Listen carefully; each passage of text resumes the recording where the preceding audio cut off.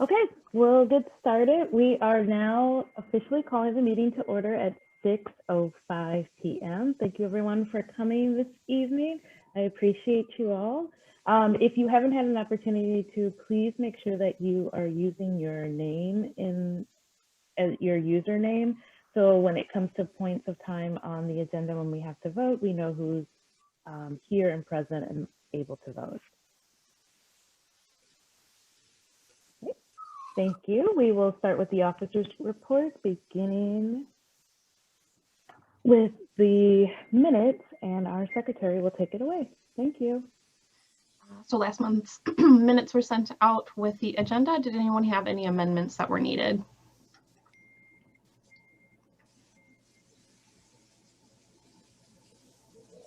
All right, then those minutes are approved as submitted. Thank you. So now we are on to our guest speaker portion of the evening, and we will begin with State Representative Greta Neubauer, who represents the 66th Assembly District here in Racine. Thank you for joining us, Greta.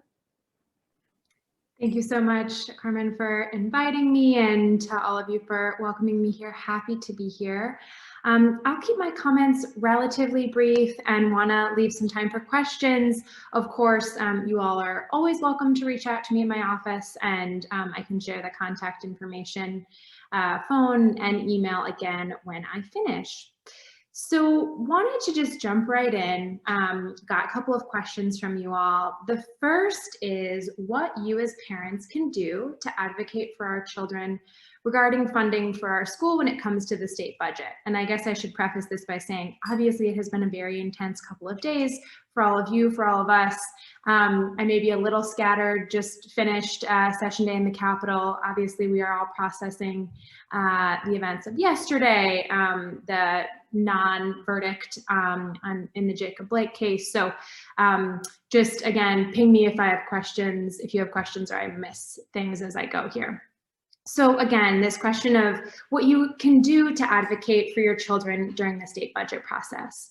So as I'm sure you all know, the state budget is a major source of funding for the district. State aids represent 45% of school funding in Wisconsin. And I wanted to just walk you all through the timeline a bit of what we expect for the budget this year. And let's see, I can actually share some of this information too afterwards if it's helpful to have this in writing. I guess I should start by saying that we don't exactly know what the process or timeline will look like this year between COVID-19 and some changes in terms of leadership in the Assembly. But the general timeline is that we will see a budget introduced by Governor Evers likely at the end of this month or beginning of February. Right now he's scheduled to deliver the State of the State address on February 16th. It could be sooner than that. It likely will not be later. After the budget is introduced, we spend about a month allowing our agencies in the Capitol to sort of tell us everything that's in the budget, to break it down into a little bit more comprehensible summaries. That will happen for about a month, and briefings from state agencies, DPI, DHS, Department of Workforce Development, those will start mid to late March. Those are given to the Joint Finance Committee, which I am serving on this term. I'm one of 2 Democrats in the Assembly who's serving on the Joint Finance Committee. Those will certainly be available to view publicly. It's unclear yet if members of the public will be able to come in and listen to all of these meetings or not, or what safety protocols will be in place. Public hearings start not long after that, mid to late March, maybe beginning of April. Typically, we would travel around the state as the Joint Finance Committee. We would talk to people from all over. We would listen to what you have to say. Some of you may have attended these hearings in the past.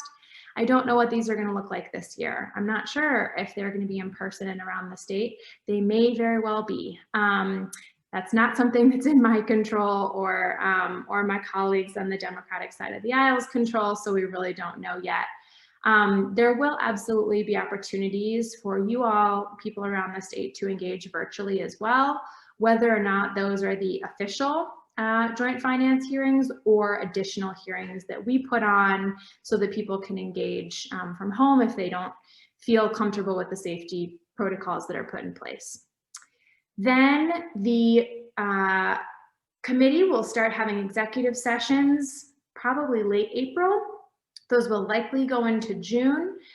Sometimes they go longer if we can't reach agreement, but typically around the beginning, middle of June, the budget is sent to the full bodies of the Assembly and Senate.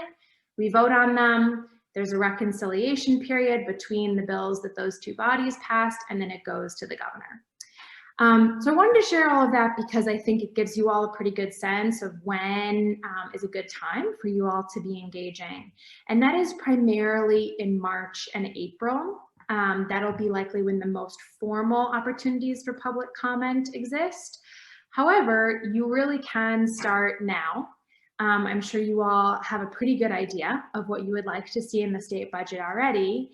And what I would say is that you should reach out directly to your legislators, whether that's me or someone else, and make really direct asks. Many people don't feel comfortable or don't realize that it is within their right as the person who hires and votes for and employs, right, a legislator, to really ask for those, number one, one-on-one meetings, and number two, making the direct ask, saying, what I want this year is an increase in public education funding by X amount.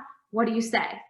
You often won't get a direct answer, but it's worth making the direct ask. And then you can follow up on that request as you go forward. I know you all are probably doing this already, but also would certainly encourage you to partner, with active organizations on the budget. The school district, the teachers union, Wisconsin Public Education Network is very active on the state budget every year. Last cycle, advocates, many of you worked really hard and successfully received more money for public education. It is going to be hard to do the same kinds of things this year, frankly, when you can't show up probably in large numbers at hearings or in other ways demonstrate public support. We'll have to be more creative. That can include Zoom, that can include letter writing campaigns, social media, videos. We are working to figure out ways to support members of the public to really make their priorities clear. That is a work in progress, but I am very happy to share with you all as we create more opportunities for public engagement, and would really encourage you all, as I'm sure you're already talking about, to coordinate with one another in those organizations to show up in a strong way. The next question I have from you all is about CARES Act money and what's being set aside for public education, how we can make sure our RUSD is a recipient. So in the recent bill that went through at the federal level, $54 billion was set aside for K through 12 schools, which is largely going to be delivered through Title I funding. That is about 4 times what schools received in the CARES Act approved in March. So that is good. In terms of where it's going exactly and how, we don't totally know that yet. Obviously the bill passed pretty recently and there's been a fair bit of chaos since then. And so we don't have specific answers as to how that's going to be distributed and what you all could do in terms of advocacy. But what I will say is that it never hurts to reach out to your federal representatives, to ask them how and where to engage, and to reach out to the governor's office or DPI.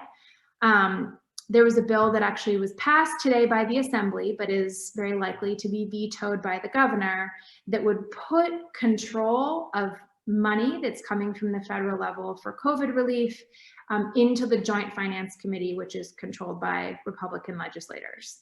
As I said, it's unlikely that that will be signed by the governor, but there is and will likely be an ongoing power struggle over who gets to control how and when and where that money is distributed. So you also have a question here about, how you as parents can engage state officials about CARES Act funding to keep kids safe if you are returned to the building while the pandemic continues. I would say that continuing, this sounds pretty broad, but to reach out to me, to your federal representatives, to DPI. There are a lot of levers here, as you all know. There's the local school district, there's our health department, there's the state level, and there have been attempts at many levels to push school districts back into in-person, as well as attempts to allow people to stay virtual if they so choose. So, it's ongoing. It's going to continue to be a conflict. Would certainly continue to engage with the school board on this directly, as I'm sure you are, but happy to continue that conversation too if that comes to pass. And then finally, the importance of spring elections and the role of the state superintendent. So as I am sure many of you know, I hope I'm not repeating too much that you already know, but I know you all are very engaged.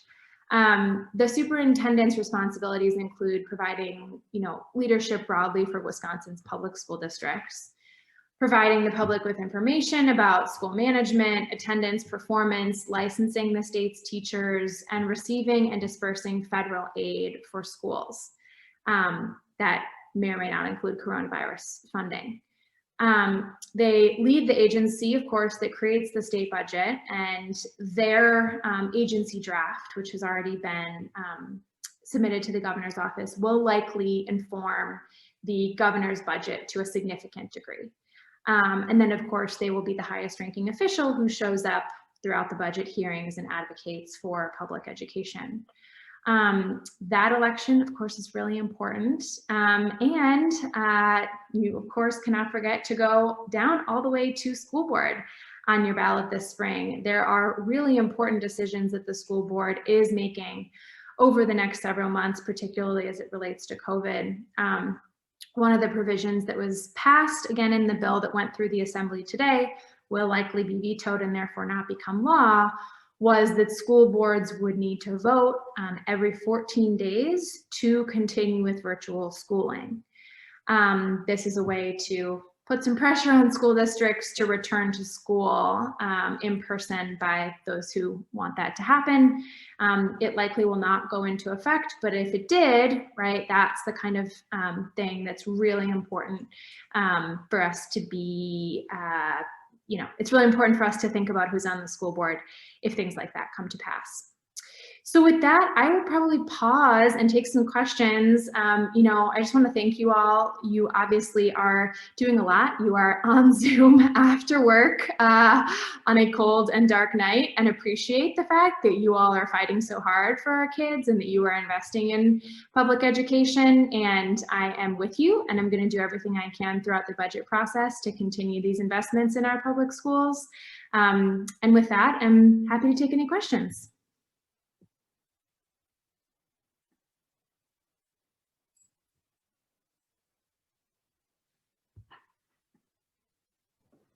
It looks like we are a quiet bunch.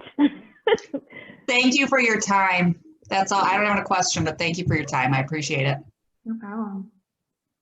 Yeah. And if anybody thinks of anything, they can always send it to me and I will make sure that it gets to Greta. Awesome. Well, thank you all so much for having me. I think I will hop off. I'll just put my contact info in the chat before I head out. And of course, yes, feel free to reach out through Carmen as well. I'm always happy to talk to parents who are engaged as you all are in the good work. Thank you. Thank you.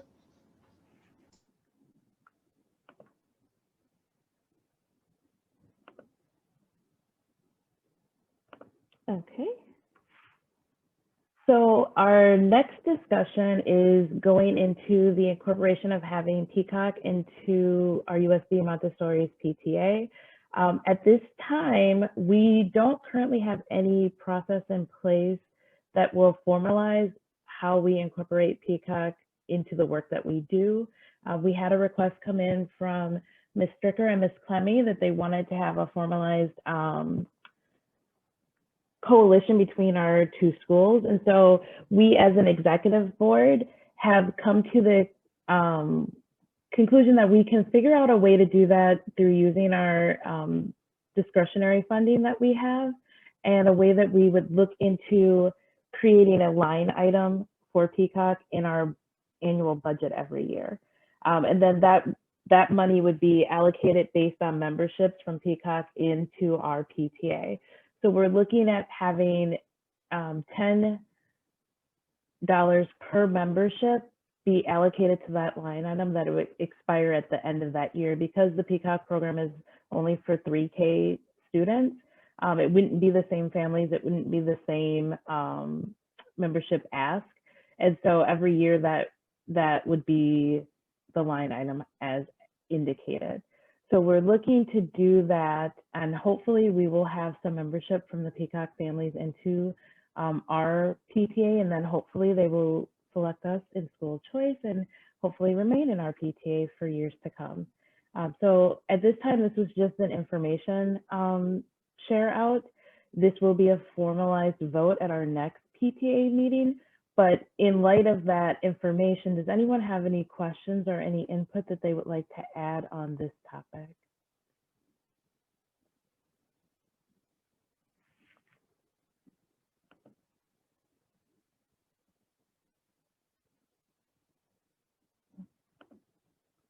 All right, hearing none, we can go on to the next item. Is the State Superintendent of Schools Forum that is this evening at 7 p.m.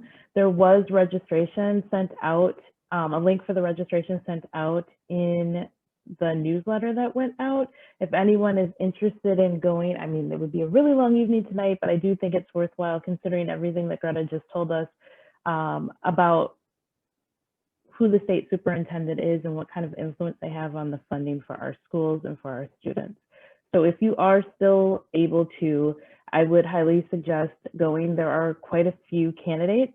So if you want to learn about the candidates that will be on the spring primary ballot just next month, it would be a good time to learn who these individuals are. And if you did use the link to submit questions, you could hear the answers to the questions you submitted. Does anyone have any questions about the forum, or does anyone need us to enter the information into the chat, or are you all good on that issue?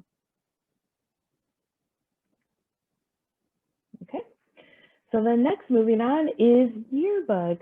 I am so grateful and thankful to say that we will have a yearbook this year, and that it's thanks to a lot of hard work and a lot of negotiating with Miss Lisa and Carrie Morey, one of our families, is a very talented talent that we did not know, a hidden gem.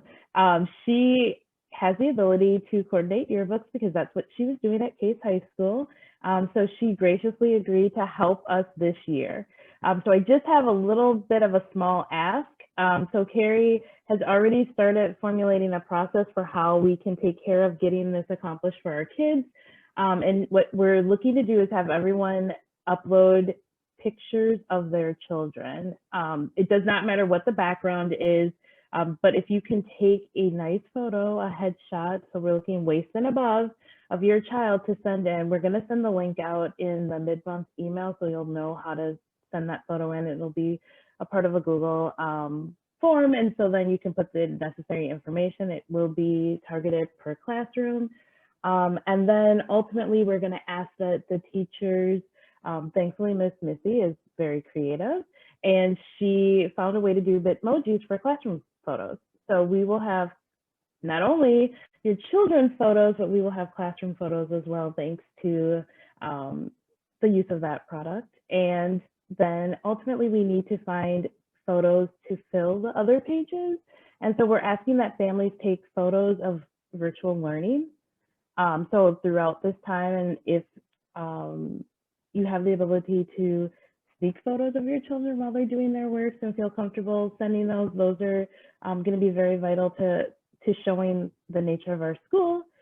And we thankfully have the MLK Day of Service coming up. So that is a good work that we could capture for that purpose. And then we would upload those photos. but we also need a theme. So we are asking that all parents get their creative hats on, and if you can send any theme ideas you have that will shape how the layout of the yearbook is, you can send them to info@Goodland Montessori PTA.org, and in the subject line, put yearbook theme, and then whatever you can think of, send it our way, and Carrie will make magic out of nothing to show what 2021 means to us and to our kids. So if you have any questions, Carrie is going to present at next month's meeting, but the deadline for getting those headshots in is going to be February, oh, wait, what did it say? Oops, sorry. February 15th. So please get them in as early as possible, but definitely by February 15th. Do you need virtual learning photos by then as well, or just headshots? All of it, all of the photos. Yep, all of the photos by that date. And then those links will be available to you. We are going to be sending those out, so you don't have to worry about where to send them to. Does anyone have any questions now? Because I know Carrie is on the line, so if you do have any questions, I would defer them to her, but she will make a full presentation next month. Okay. I'm sorry. I do have a question. Go ahead. So what happens if we don't get pictures? My only concern is if you know, parents. The Bitmoji photo that's going to be in the classroom photo will become their class picture. So everyone will have a representation of a child. Okay.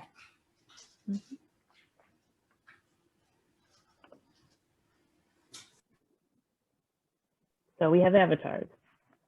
I have a question. So the Bitmoji thing, is that something the teachers are going to walk us through how to do? Because I don't know how to do that. Yes.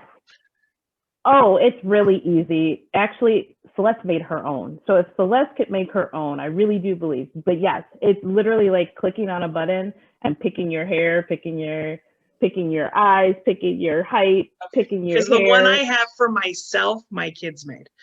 Yes. Well, that they will make their own, Miss Nicole. I just didn't know, like, is there a place that I'm supposed to log on to do it? I wasn't sure. No, so it's if a somebody's link. going to walk me through it, I'm good to go. It's an email and a link. Literally, you click on the link and you start creating it. It took us longer than it should have because Celeste wanted to play with every single option before she settled on her final option, especially the close. But yeah, no, it's really easy. Can I chime in real quick? Yeah. Regarding it's this website called Pixton. And so I shared it out to all the other teachers prior to break and said, hey, I found this thing. I think it's really great. I think if the PTA were to send a message and say, hey, look, this is what we're doing for yearbook, we'd really like you guys to look into doing that. But on a side note, this same website is free. The teachers can choose to pay. I'm cheap and I'm not, partially because I'm teach littles. But the elementary side of it is this Pixton website also does graphic novels. So the elementary age kids can be making their own comic strip and storyline along with making this Bitmoji. So it's kind of cool. So I can share out the website to, you know, everyone again, but I think if the PTA were to tell the rest of the staff, hey, this is what we're looking to do, please at a minimum, make a class picture.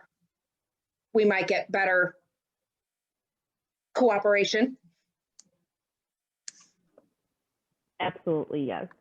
I will draft a nice email to everybody and CC Miss Lisa Johnson on that email.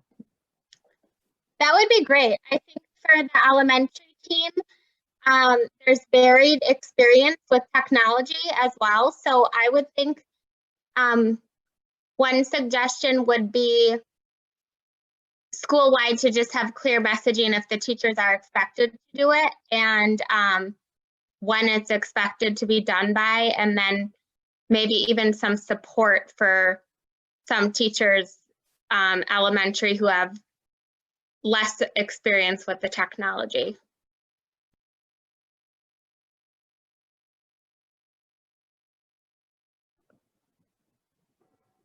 Yep, I think we can work on that. I believe Miss Missy is willing to walk anyone through. I'll just speak for Miss Missy, and then she can tell me no if she doesn't agree.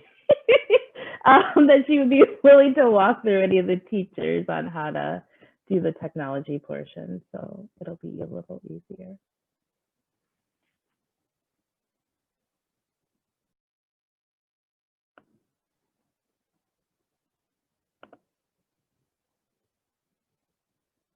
Yeah. Thank you. And now moving on to the treasurer's report. Hi, everybody. Just going to do a quick share of my screen. So I just wanted to go over our treasurer's report that was sent with the agenda about a week ago. So as we're formulating this new foundation for our PTA, Carmen and I went through some really hard dates. So we will be forwarding out an amended treasurer's report as we finish this month out. But I wanted to just touch on that the dates for this current report are from November 21st to December 25th. So we had Monica, quite a bit. Your screen isn't sharing. Your screen's not sharing. It's not sharing. That's weird. Okay, let me try again.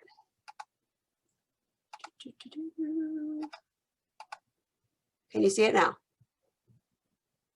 Okay, sorry, I'm not sure what happened there. Okay, so those dates can always be found here in the top left-hand corner, and also when I present it to the membership at which meeting, so that it will be easier to keep track of as the year goes on.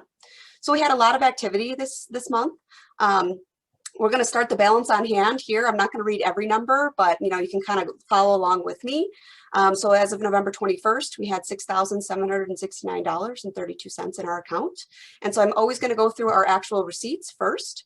So we received 3 single memberships, and we had 9 different memberships pending. So you'll see the pending charges reflected on the next month's treasurer report because it didn't fall within these dates of confirmed payment. But we're really excited. The 12 days of membership drive that our team put on, we had such great success. So great job, everybody. We also had some bank interest. Luckily, the bank we use actually gives us, $6. I was pretty happy with that. So a little bit of interest, but our big income was the Osborne book sale. The check actually was received and cashed and deposited during this time frame of $457.78. So I hope everybody's enjoying their books. I know we did for the holidays. And then we also had our big community involvement RKCAA donations for our holidays and our families around our city, our local area. So we had $423.97 come in from families to support that organization, and also provide 5 holiday meals and 9 gifts for students or children, sorry. So that was the highlight of our month for receipts. And then for expenses, we did invest in some supplies for our PTA. So we have a receipt book and a cash box. So we're hoping at some point we're going to be able to do in-person events again. We had a little bit of postage because with our membership drive, we did honor 2 prizes for people who, got the most people to join, or I'm not exactly, it was a drawing. So we purchased 2 $25 gift cards from Amazon for those prizes. And then we had a postage of $7.60 just to mail those out to be as COVID safe as possible. We were able to give a gift to our educational assistants, our EAs that we value so much. We don't want to leave them out. So there's 7 of them currently, and they all got an Amazon gift card and a Crunch bar that said, thanks for helping us whenever we're in a crunch. So that was a kind of a fun thing, and hopefully they all enjoyed that as well. And then we had some activity from some of our committees. So our Sweet Treat Cookbook was highlighted, and in order for us to facilitate that process, we did get a few proofs printed, because we wanted to see the actual quality of the book before we advertise them and be able to price them accordingly. So we had 2 different vendors here. So those 2 proofs, these are those gift cards that we were talking about for the membership drive. And then we did invest in our Google platform, the Google Workspace, and was able to secure individual email addresses for our officers and our executive board. So with that is an annual fee of $12 for that Google domain. So that came out this month.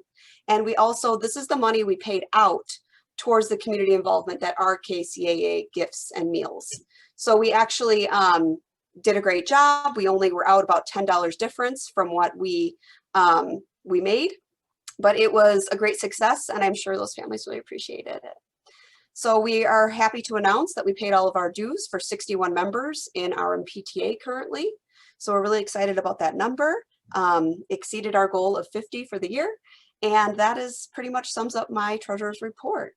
So I'd love to call for a motion to, wait, that's the process, right? Okay, I just have to double check in. Call for a motion to approve the budget as presented. And a second, and then we can open it up for discussion for particular line items as people have questions. I motion to approve the budget as presented. Thank you, Carolyn. Can I get a second? Anissa, second. Thank you. So feel free if anybody would like to discuss any of the current line items. I'd be happy to answer any questions at this time, please. Maybe scroll down a little so you can see it all.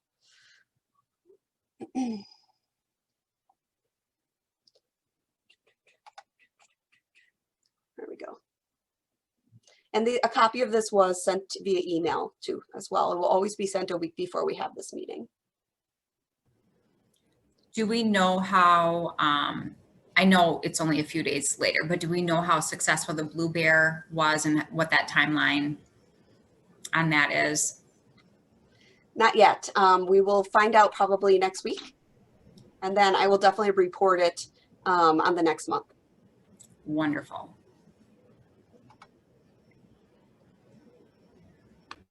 Any other questions?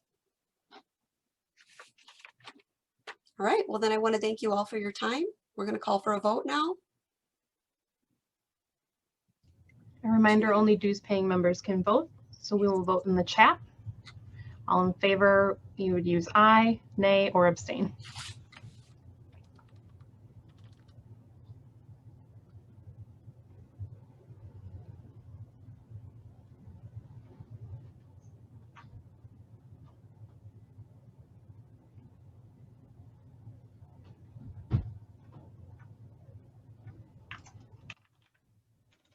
I always forget that I can vote. All right.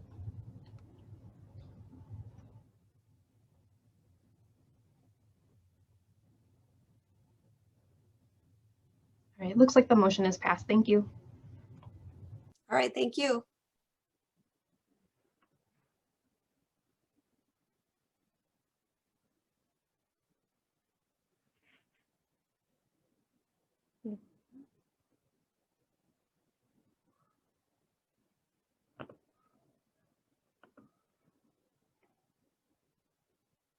Carolyn, are you able to screen share again or no?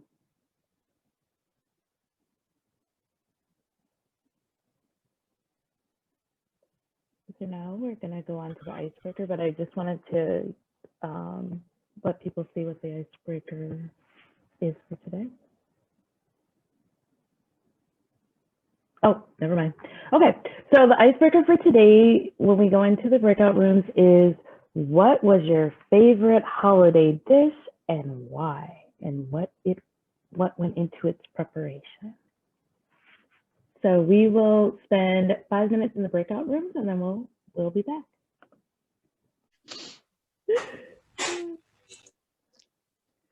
Okay, now on to a word from Principal Johnson. Hello. Good evening, everyone. Are we going to watch the video first, Miss Carmen? Shall we? You could give, well, I was going to let you give a lead into it, but that's okay. Yep. Sorry. Good afternoon. Welcome to Goodland Montessori. I'm Lisa Johnson, principal. Public Montessori schools are on the rise, and RUSD is thrilled to offer this form of education to Racine students and families. We are fortunate to be one of the only 500 public Montessori schools nationwide. Our staff is passionate about Montessori education, and we are excited to share our knowledge with students, parents, and the community.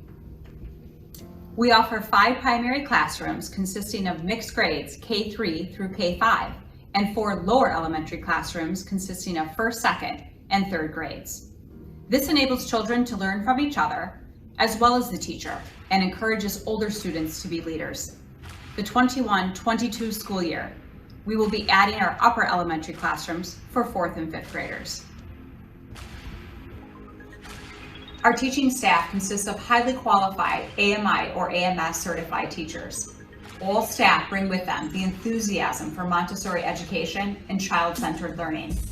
We educate the whole child through our beautiful materials and emphasis on social emotional well-being. We have a wonderful school community with an active PTA. Our students are challenged and we equip them to have a lifelong love of learning. They consistently rate above or above average on district tests. Now here's Ms. Dundor introducing you to the primary classroom. The primary classroom has an age range of 3 to 6-year-olds. These students will be with the same teacher and classroom for the next 3 years. Each classroom has beautiful materials that the student can access after they have been given a one-on-one lesson. It is a place that is physically and psychologically prepared so that the true nature of the child can be expressed. Materials are geared at helping the child develop concentration, control of movement, and inspire repetition. The prepared environment allows the child to be as independent as possible. The primary classroom has 5 major areas to learn from: practical life, sensorial, math, language, cultural, and grace and courtesy. These areas give the child a hands-on experience.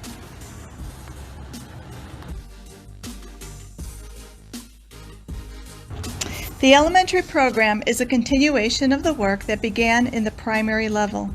Multi-age groups of children allow them to learn and mentor each other. It provides an authentic experience in a community that values a peaceful environment and collaboration. The mornings are dedicated to a long period of work time. Children have the opportunity to work for extended times on independent or group work. Children build attention, focus, and concentration while learning at their own pace. Montessori-trained teachers work with the students as a guide or coach. They help them discover their interests and become independent learners. The elementary classroom is specifically designed to meet the needs of the children from age 6 to 12, 1st grade through 3rd grade. The classrooms at Goodland Montessori are filled with beautiful Montessori materials that provide the children with a hands-on experience. Children learn about the world around them by using Montessori materials and participating in experiments and activities. Thank you for spending time with us today. If you'd like more information, please contact us at the number shown or visit our website. Have a great day.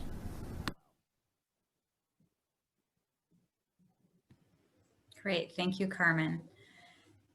Yay, I hope you like it. Of course, after watching it a few times, good. I think next time we'll definitely add some more. And I know I did want some parent testimonials in there, and then I got caught up in the editing and sort of forgot that. So with that being said, this is on our Facebook page. Feel free to put this on the PTA page. I put it on my personal Facebook page. If you guys want to share it out, that's great. I've already gotten several calls and emails from parents, asking more questions. I had a couple meetings yesterday with some new K3 parents. So I think it is getting out. I know it's on the RUSD website as well. So pertaining, good. So pertaining to enrollment, we are still open to get the sibling preference sheets back. We have about 13 or 14, I believe, K3s. Again, last year, we had about 20. So we filled 2 full primary classrooms just with siblings. So I think we'll probably end up with about 15. And I think we have about 4 or 5 K4s. And 2 of those are already in the Peacock program, which is good at Goodland. I'm in process of picking a date for like an enrollment open house, and I would love for a couple of current parents to attend that I sort of know beforehand. So again, I think a parent testimonial is a lot more powerful than me, promoting the school. So I will keep you updated as to what night I choose, and I'm still kind of deciding on the forum. I'm talking to other principals on how they're doing their virtual open houses. I can't give our classrooms justice, and a lot of them aren't even set up yet. So I'm still debating on if it's just going to be sort of a question and answer forum or how that works. But I certainly will let you know as soon as I pick a date for that. What else? Sibling pref. I am working and continuing to work on a re-entry plan. I don't know what's happening with re-entry quite yet, but if you have any questions or concerns about that, please let me know. I'm just working on sort of social distancing. I know when we do come back, the district will, has masks for every student. I don't know if we're taking temps. I know, the district is in communication with the health department pretty much every day about, returning. So that re-entry plan is a working document, very fluid. So if you have any questions or concerns, comments about that, you can always reach out and let me know. So yes, tomorrow is our writing project, yay, which most classes have gotten started on already. I thought we were going to kind of roll it out like, yay, Friday's our writing day. And she's just like, oh no, we've been doing it all week, which is great. So I'm going to need your help because, I think the parents and students have been very excited to write letters, especially on postcards and the 3s and 4s, drawing a picture and such, but I need them back, right? So we can do all the work they can at home, but I need them put into the homework drop-off bin so that Carmen and I can deliver it on Dr. Martin Luther King Day on the 18th. So I will be sending an all call out next week. I'll be putting something on our Facebook page. Teachers will be putting it on their, Seesaw and Google Classrooms just for when your student or child is done with their thank you note, just kindly drop it in the drop-off bin in the parking lot. And then today in our committee, they said, hey, you need to take a picture of it. So I will take a picture of it, put it on. So because some parents haven't used it before, but it is just a drop box in the parking lot. And Jack, our engineer, empties that every day. So I was asking for those to be returned by next Wednesday or Thursday, but of course, Carmen and I will be there. We'll meet at school probably on Monday, so I'll be able to empty it as late as that Monday. But I think most students will be done with their writing tomorrow or at least next Monday, Tuesday. So that gives us about a week.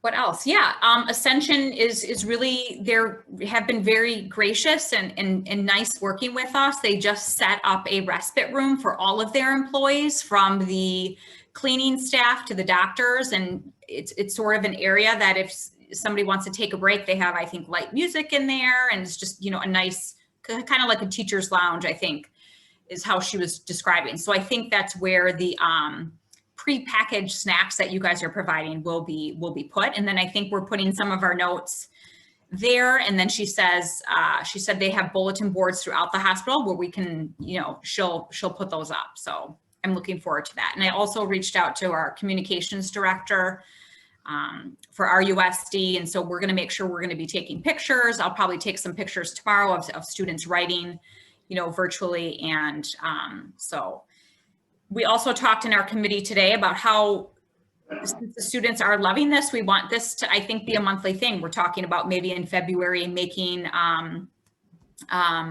letters to members of nursing homes near us. So, hopefully this will be a continued effort every month and every year. So we're looking forward to that. I have to write. So Parent Education Night is next Thursday, January 14th.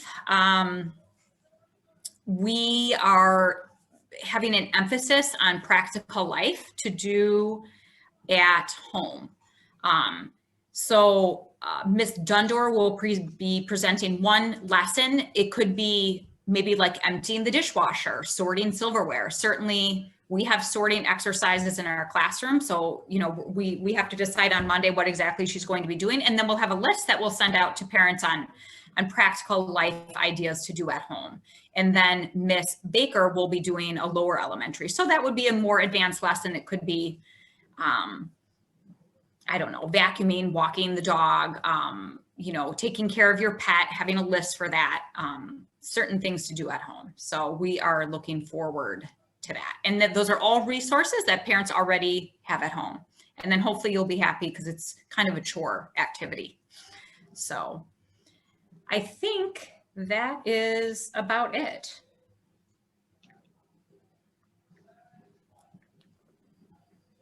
Yes, so we will move on to our committee report. First up, Ms. Nicole. The only thing I have is we're still looking for backup room parents for Miss Baker's class, Miss Belt's class, and Miss Palin's class. So if anybody knows any parents interested or in those classrooms, if you could have them reach out to me, that'd be great because we still need a couple backups. Thank Nicole, you. could you put your email in the chat maybe so they know how to reach out to you? Okay, up next is communications with Liz. Hopefully everybody's had a chance to join us on the new Facebook page and the subgroups. If you haven't, please make sure that you move your way over there so that we don't lose you in the shuffle. Again, if you just search out Goodland Montessori PTA on Facebook, you should be able to find our business page. And then the groups are nested under there. So just take a look in the group, or in the page rather. And then as Monica noted, we purchased our domain name. So we do have an official website now as well. That hopefully will help us reach families that aren't on Facebook, and then also be kind of a central hub for information. It has an events calendar. It highlights some of the upcoming events. It has a way to contact us, a way to launch you into the membership form if you want, if you're not a current member of the PTA. So I'm very excited about the capabilities that the website's going to give us in the future. And then just a reminder or a call that if you are not part of the PTA mailing list and you would like to be, please reach out to communications at goodlandmontessoripta.org. You can also just put your name in the chat if you are on this call. Or there's also a spot on the website to join our mailing list as well. So a lot of options. Please join us. That's all I have. I'm sorry, Carmen, I forgot something. Can I say something? So RUSD was in the process of updating their website. So I worked diligently over break to update ours. I put a new fact and question sheet on there, but I noticed the link, I think the PTA is older. So if there's anything, because I'm really trying to think about, parents who are in enrollment process going to the website, if there's anything you see or don't see, more importantly, and you're like, hey, this should be on there, please let me know. Miss Giannis, Miss Marianne, and I got a quick tutorial on how we can update our own website now. So I'm in the process of adding like EA's biographies. And so if there's anything you would like to see as a parent on there, please let me know. Thank you. Okay, on to community involvement with Lily. So December, we wrapped up our holiday baskets. We had a goal of raising $450. We actually raised $400, and we actually raised $450 with the help of a generous business as well, Gotham Painting. With that $450, $225 went towards gift cards, $200 went towards meals for the family, as you see, and $25 towards packaging and candy for the children. This helped out 5 families, 6 of the adults total, and 9 children ages 4 to 11. So quite a few kids that it helped out. Then in January, we are helping out with the letter campaigning that Principal Johnson was talking about. I know Leah was super excited. She made a second card today and she filled out her first card. So I told her we had enough to do today. We couldn't mail it, but I promised her tomorrow we'll put it in the mailbox. PTA is helping with making baskets with snacks and fruits to accompany the cards. That's going to be delivered by Carmen and Principal Johnson on January 18th, MLK Day. So I can't wait. I won't be able to be there, but I can't wait to see the pictures of it with all the snacks and all the kids' cards and everything. So that is really it from a community standpoint. Any questions? I'm really excited about these. So. And the baskets Lily made are beautiful. She made some really pretty baskets. They're really nice. And I look forward to making some myself with my Cricut when I get it ready. We're very excited about having crickets. That's why Leah made this card too. I don't know if you can see it has little.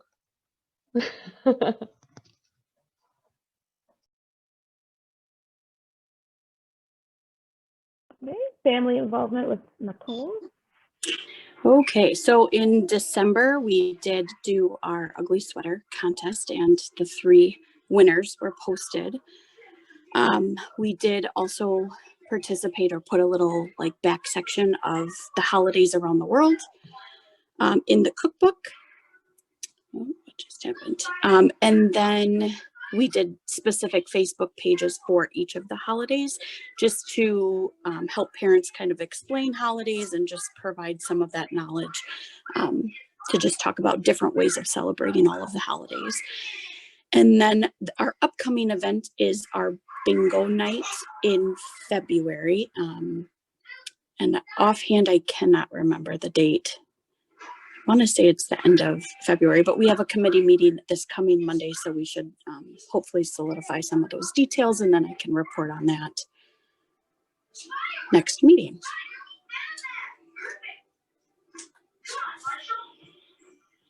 Thank you. On to fundraising. Karen? Hi everyone. Okay, so we rounded out our first order for the Sweet Treat Cookbook in December. I know there was a lot going on, but we at least wanted to offer the opportunity for the people who wanted it right away for the holidays, for the winter break. So it's kind of a fluid situation, but we sold, there was we made $190 so far, but it's also that we had some pre-sale orders in that same basket as well. So it's actually more than 190, more around like 250. So we wanted to offer it at a second chance because we didn't even really, I think there are a lot of parents who contributed to it and didn't even get to order. So I assumed that if they contributed that they would at least want one. So we're hoping to make a huge push that started today from the 7th to the 14th. So the night that we have the Parent Ed Night is the last chance for us to make a hopeful push on that last night to sell the cookbook. It's a really, really cool thing. I'm really proud of the product that came out, and Monica and Carmen and it's really a beautiful thing. So we're hoping to make a big push there this week. And then, is there anything else you wanted to add with that, with the Sweet Treat Cookbook? Okay. Brunching over break with Blue Bear. Go ahead, Carmen. I was just going to say, we just want to let them know that we have PDF version. Print versions are in color and in black and white. Yes. And they would be shipped to, and we also switched over to Member Hub. So if anyone was struggling with PayPal, Member Hub seems to be a lot smoother as far as purchasing things online with the storefront. So that's really exciting and streamlines everything as far as fundraising. Brunching over break with Blue Bear, I have to do the hashtag drawing. It was really delicious. I think we could have gotten more people. Our totals came out to like almost $800 for how much people purchased from our group. So we won't get that price. We would come out to around 150. So, I mean, at a minimum, at least we got some delicious food and had a little kickback from it. Mine was really good. Okay, and then trivia night is rolling out on the 22nd of January. I'm super excited. It's an adults only trivia. It's definitely, I mean, not, that makes it sound bad. Yeah, so it'll be similar to pub trivia, essentially. And we have a host that is gracious and is also a teacher, so really understands how Zoom works. And it would be, you can sign up as many people from any location as you want. Grandma and grandpa from California, if they want to be on your trivia team, you can have we're going to nail those details down at our meeting on the 6th for the fundraising meeting. But usually with trivia, it's kind of unlimited as far as how many people can be on your team. And then, so that will also run through Member Hub, so you'll be able to buy tickets there.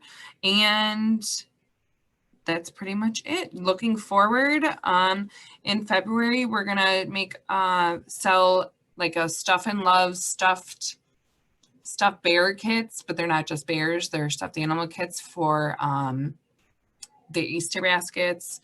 So that would be ordering in February and then picking up in March so that those are ready for your Easter baskets. And then the only other thing is the Wells Brothers is going to be around the same night as bingo. And that's pretty much it. Thank you. On to membership with Carolyn. Hello. So we had a membership drive right before the holidays, 12 days of membership.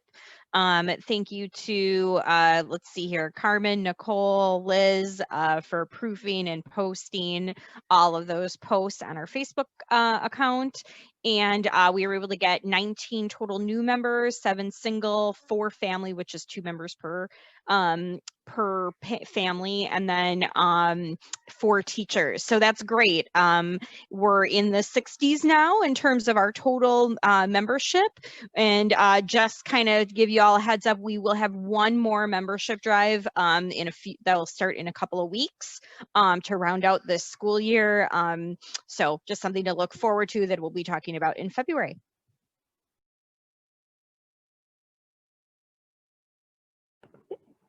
Reflections with Robin.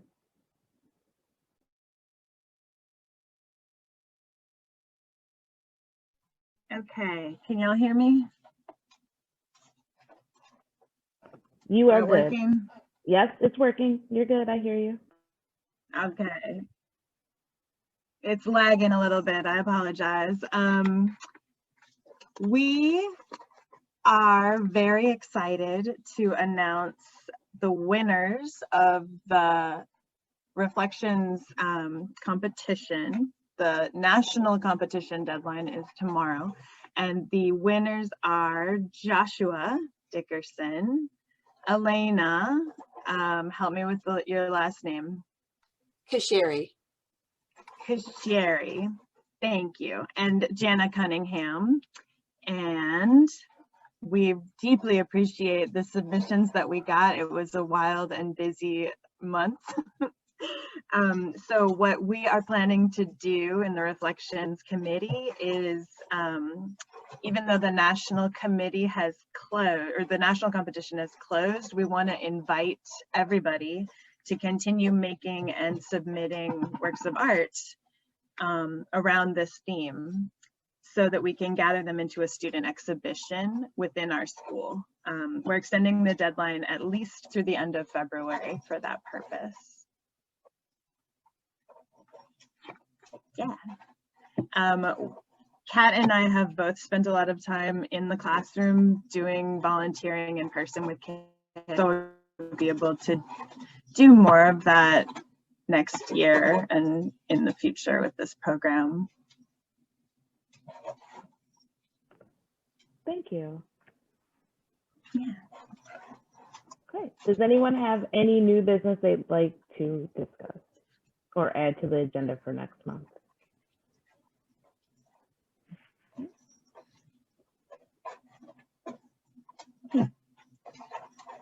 Okay. Then we'll just move on to the last thing, and we've exhausted our agenda, and it's the announcements. I would just ask everyone to look at their agenda. Since we are over time, I would just ask everyone to look at their agendas that were sent out to get these key dates, and also to visit our website, as they are all listed on the calendar on the website. And thank you for joining us this evening, and hopefully some people can make it to the Superintendent of Schools Forum, which started at 7. So. I would just ask for a motion to adjourn. I make a motion to adjourn the meeting. I second. Thank you. We are now adjourned at 7:18. Thank you.